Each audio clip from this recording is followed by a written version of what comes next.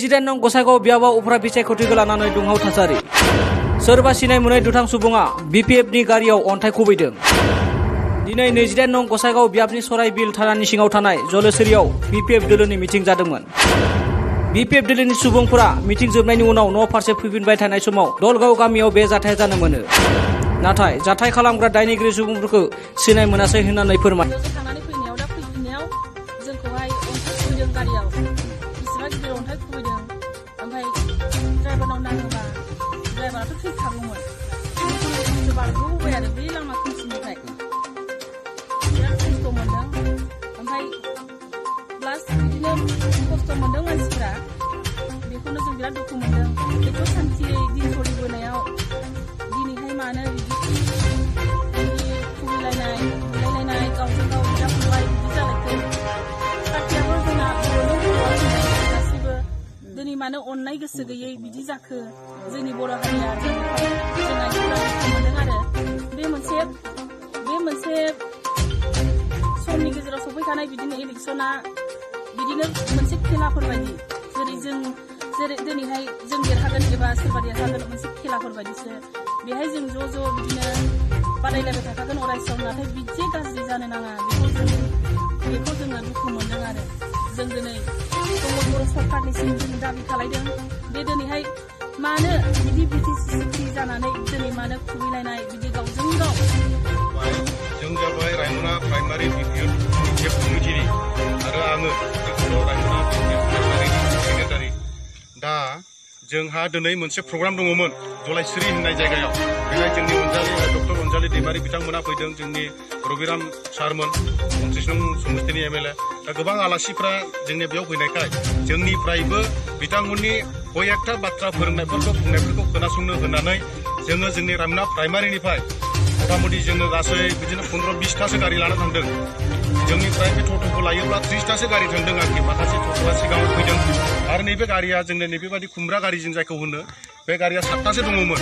बे 7थासो गारिया जेब्ला मिटिं जोबनानै जोङो बेलासि फैबाय थादों, अब्ला फैबाय थाफुनाय समावहाय दलगाव होननाय मोनसे जायगायाव खोमसिनि सुजुग लानानै दाबसे जायगायाव एखे लामा सेरनिफ्राय बेबादि खालामबाय जोंनि गारियाव गाखोना थानाय मानसिफोरखौ जे डाइरेक्ट अन्थाइजों मानसिखौ एखे ग्लासाव खुइदों। माने ग्लासाव खुइना बेबायदि खुइदों मानसिखौ डाइरेक्ट टार्गेट खालामनाय नाथाकारियाव खुइनानै माने ड्राइभारखौ खुइनानै माने गारिखौ बेलथाय होनानै मानसिफोरखौ नस्थ' खालामनायनि मोनसे टार्गेट आरोखि। बे टार्गेट बायदि बिथांमोना मावनानै गारियाव डाइरेक्ट अन्थाइया नांबाय, नांनानै ग्लासा बायजोबनानै ड्राइभारनाव नांबाय आरो नैबे बिथाङा खाथियाव जिरायदोंमोन जोंनिया। बे बिथाङा खाथियाव जिरायना बिथांमोन नांनानै बिनि मबाइल नांनानै अन्थाइया दा गारि सिङाव दङ। दा बे बेलायाव जोङो बेखौनो बुंगोन, जोंनि बे भारतबर्षआ मोनसे गणतन्त्र देश। दा जोंहा इलेक्सननि पारपासैनो जोङो मोनसे मिटिंआव थांदोंमोन इलेक्सननि सोमोन्दै। जों सोरनो माबायदि भट होनांगौ होनाङा बेफोरखौ सोलोंहैनो थाखाय। दा बेयावनो जोंखौ फैबाय थानाय समाव बेबायदि खामानिखौ मावबाय। दा जोङो बेखौनो बुंगोन आरोखि, जेन'बा जोङो दा रावबो बुंनो थाङा जोंनि गेजेराव बेबायदि एना एनिया जाहाथे जाया। जोङो इलेक्सननि थाखाय सोलोंनायाव जोंखौबो उदाङै जाहाथे मावनो होयो, उदाङै जाहाथे जोंखौबो इलेक्सन खुंनो होयो। जोंनि बे गणतन्त्र देश हिसाबै जों जायखौ मोजां मोनो, जों जायखौ हामजायो, बेक्तिगत हामजानाय मानसिनोथ' जोङो भटखौ होनो हानांगोन ना। बे हिसाबै जों जायखौ सापर्ट खालामो जों बेनो होखागोन। बिथांमोना बेयाव सोरखौबा माने बेबादि इसिबां जरजबस्ति खालामनानै आक्रमन खालामलायनायनि बेबस्थाखौ जुदि लायोबा जोङो बेखौ निन्दा खालामगोन। मानो होनना बुङोब्ला प्रमद बर'आ जोंनो जेब्ला 2020नि 27 जानुवारियाव जेब्ला एकर्ड खालामदों, अब्ला जोंनि बे बिटिआरखौ गोजोन सान्थि जायगा जाबाय, सान्थिनि जोङो मोनसे सक्ति खालामबाय होननानै बुंदों।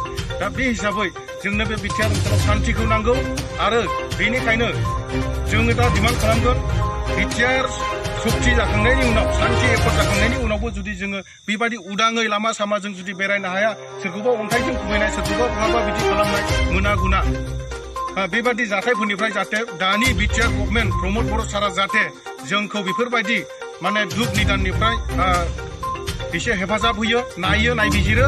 सारा जाहाथे जोंखौ बेफोरबायदि माने दुख निदाननिफ्राय एसे हेफाजाब होयो, नायबिजिरो, जाहाथे बेफोर जोंनावहाय पिस एकर्ड होनाय लोगो लोगो जों गोजोननाय बयजोंबो जों गोरोबनानै थानो हानाय जानांगोन।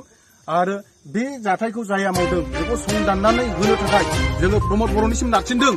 बिथाङा जेन' बेबायदि माने दुस्थु खामानि मावग्रा मानसिफोरखौ हमनानै जोंनो दिहुननानै होयो आरो नेक्स्ट टाइम जाहाथे गुबुनफोरखौ जायखि जाया मानसियानो जाया मानो, जायखि हारि, जायखि जाति, जायखि पलिटिकेल पार्टियानो जाया मानो, बेखौ जोङो रावखौबो बुंनो थाङा।